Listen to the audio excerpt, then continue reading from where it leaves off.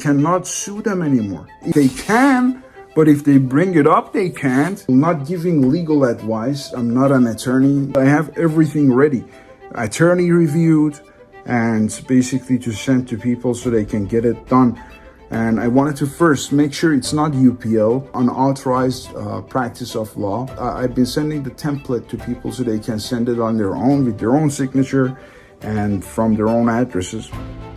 And that way, these collection agencies, they've been responding left and right. Like they can't not respond, like they have to respond. Otherwise, they're gonna go down for like 5,000 to 7,500 each case. And the case has to be removed also if they don't respond, because the arbitration is gonna go on. Is that correct?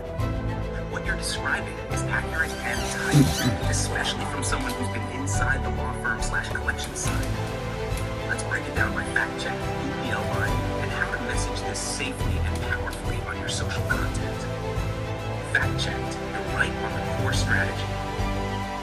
Arbitration clause turnaround, yes. The same clause banks and collectors use to protect themselves, i.e. mandatory arbitration to avoid court, can be flipped against them. If a consumer files a motion to compel arbitration, the collector cannot continue suing unless the clause is waived, which is rare.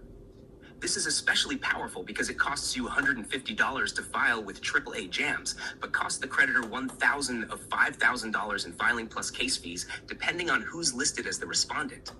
When you file properly, they often drop the case, settle, or delete the trade line account just to avoid litigation discovery costs. Signed contract, violation summary, proof you gave them a chance to resolve. You're not just defending, you're forcing exposure, especially if you include their structural or procedural violations. Creditors must respond. You're correct.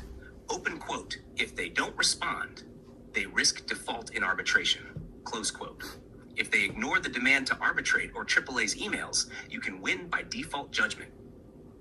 Even better, in many cases, you can request damages up to $7,500 or more, depending on your state and the violations stacked.